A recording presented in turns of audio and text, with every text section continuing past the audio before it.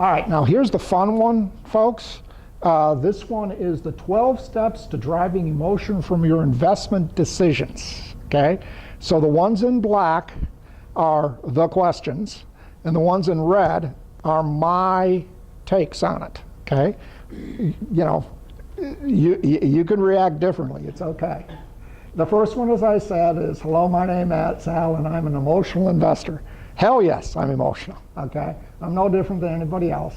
Number two, it is okay to be wealthy, okay? And my response is, oh, heck yes, I have no problems, guilt, etc., okay? However, if you read anything in terms of money and, you know, the psychology of money and so on, there are a lot of people who, regardless of what they say, they do not want to be wealthy, they do not want to make money. They sabotage themselves in all sorts of ways, okay? So that's why I think that question is in there. I will strive to eliminate my myopic loss aversion and reduce my need for social validation. What the hell is that? Oh, by the way, this is all based on an AAII journal article, so you can go off, you can read it. Okay. Within the last couple of years. And basically agree that a flight or fight response, which is myopic loss aversion, and following the herd, which is social validation, does not lead to investment success. So far I'm agreeing with just about everything this guy's saying. Now, we get into problems here in number 4. I believe that the volatility and its close cousins, the Sharpe ratio, maximum drawdown, and tracking error are largely measures of emotion and should not be used in constructing and evaluating portfolios. Well, all right. So, 2 things. As I said, I'm neutral to positively disposed toward the idea that, yeah, a lot of volatility, drawdown ratios, and so on are, quote, emotions. Okay, and if you talk to anybody in TA land, you know, you'll talk about support and resistance levels and how people, it's got to burst above this resistance level because people bought at that level and want to make the money at that level, right? And a lot of this stuff is psychological in nature. Okay, so I don't have any problems with that.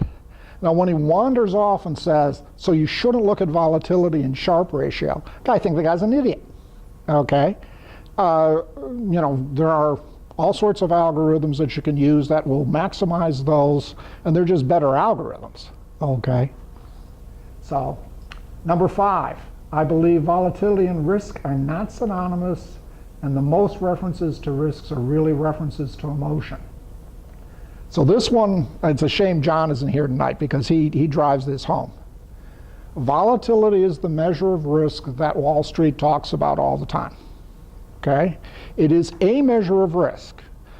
If you're a fund manager or an annuity holder or something like that and you want to guarantee, inflows and outflows and you're going to have money there at a certain time, those are very important. They may not be as important to you depending where you are in your life. Okay, has nothing to do with what all sorts of other type of risks, like currency risk, like event risk, planes flying into buildings, okay, that sort of thing. Okay, and then you can get into the financial system risk. Okay, so there are all sorts of risks besides the stuff that we talk about in here and Wall Street likes to talk about. Okay, in terms of Sharpe and volatility and so on. I believe that increased stock market volatility represents an opportunity for, rather than a risk to, my portfolio. Many times this is true. Things get volatile during a bear market. You can make all sorts of money during a bear market. Right now, maybe a little less so than a few weeks ago, if you look at energy services, okay, oil's gone down, right? A lot of companies like that are rig companies and drilling companies and so on, they're at levels that they hit back in 2008, 2009. They've lost 60 to 70% of their value because everybody's going, oh my God, you know, we don't need these. Well, the answer is, yeah, you don't need them for a while, okay? And the price of oil is cyclical. Right now it's low. It'll go back up. So there's all sorts of great companies out there right now that are really pummeled, okay? So if you're a long-term type investor, think Warren Buffett as I say this. Hey, I'm going to pick something up on the cheap, and in 2 or 3 years, these stocks will do fine. They'll be back. The price of oil will be back to normal. You'll make a ton of money. It's all fear. Okay, so I tend to agree with that one. I will divide my portfolio into buckets as a way to reduce emotional sensitivity. This is a standard way of providing yourself a sense of security. One simple way is, I've got a 5-year bucket, I've got a 5 to 15-year bucket, and then I have a 15-year bucket and beyond. My 0 to 5-year bucket is real safe money, okay? Because that's what's going to pay my mortgage and feed me and everything for the next 5 years, okay? And that gives you a lot of psychological safety, okay?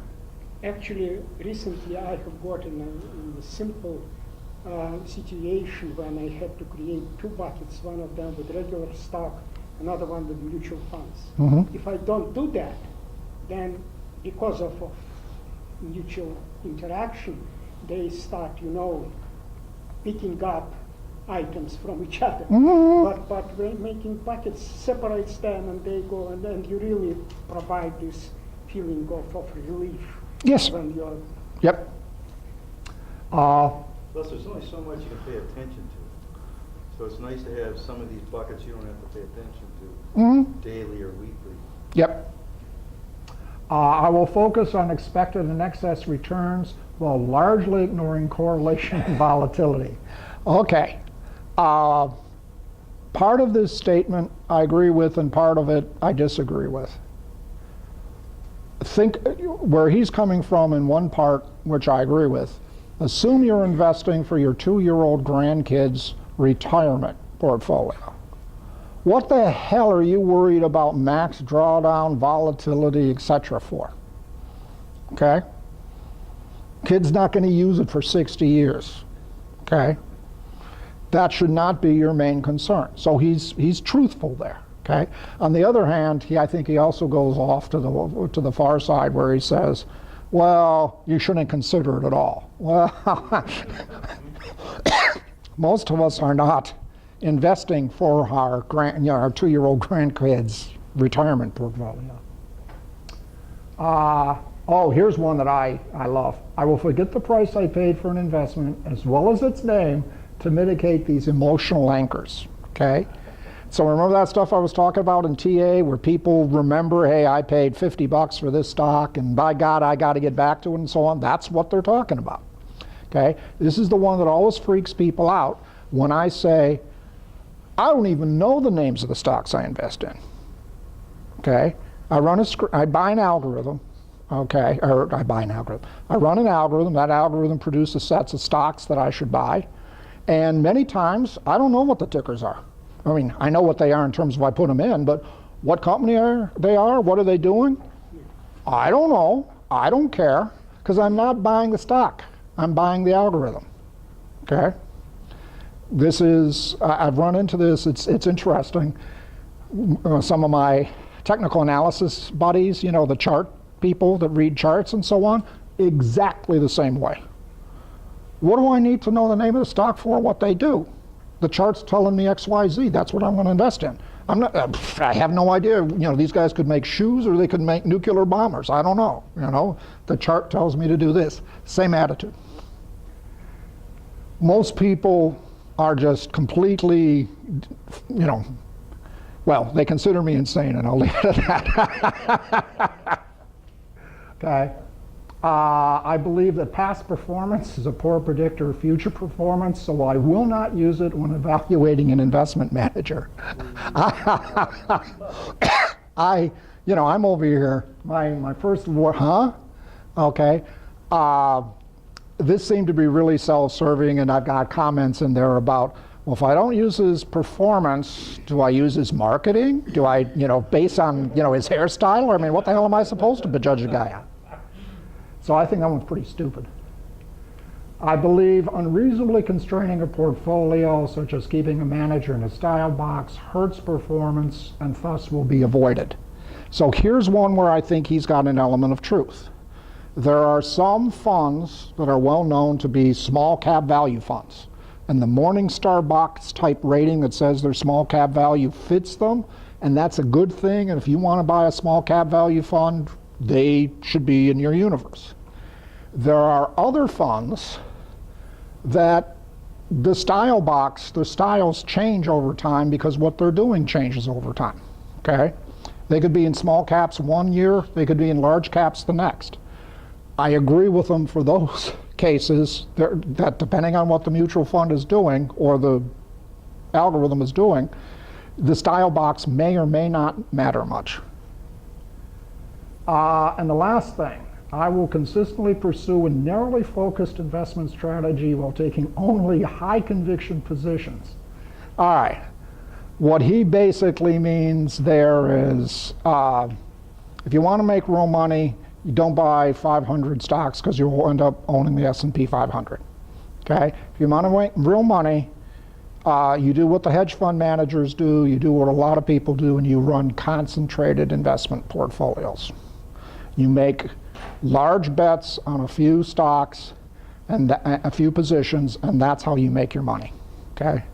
So it goes along to what you were saying a moment ago. There's the old have a lot of eggs in the basket, okay, and watch the basket. And then there's the, well, have very few eggs in that basket, but really watch those damn eggs. Okay, so, all right.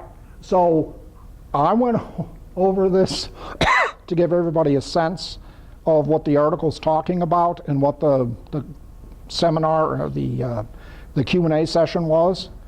It's fun to take and try and answer it honestly for yourself, okay, from the viewpoint of, well, do you really hang on to stocks because you bought them at $5 or $50 or whatever? Okay, do you really do that? Okay, and if you do, why the hell are you doing that? It's one of those good surveys and questions to take. Last item before I get CC up here is just market health indicators. It's completely boring. Everything in the world is telling you should be long. The 10-month is telling you should be long. Starmgord is telling you should be long. New high, new low is telling you. Volatility of the market has actually decreased in the last month. You get down to the initial unemployment claims Tyner, which is economic. It's saying you should be long. ECRI, from being flat, has gone long. Everybody's saying be long. Okay, so I guess we should be long.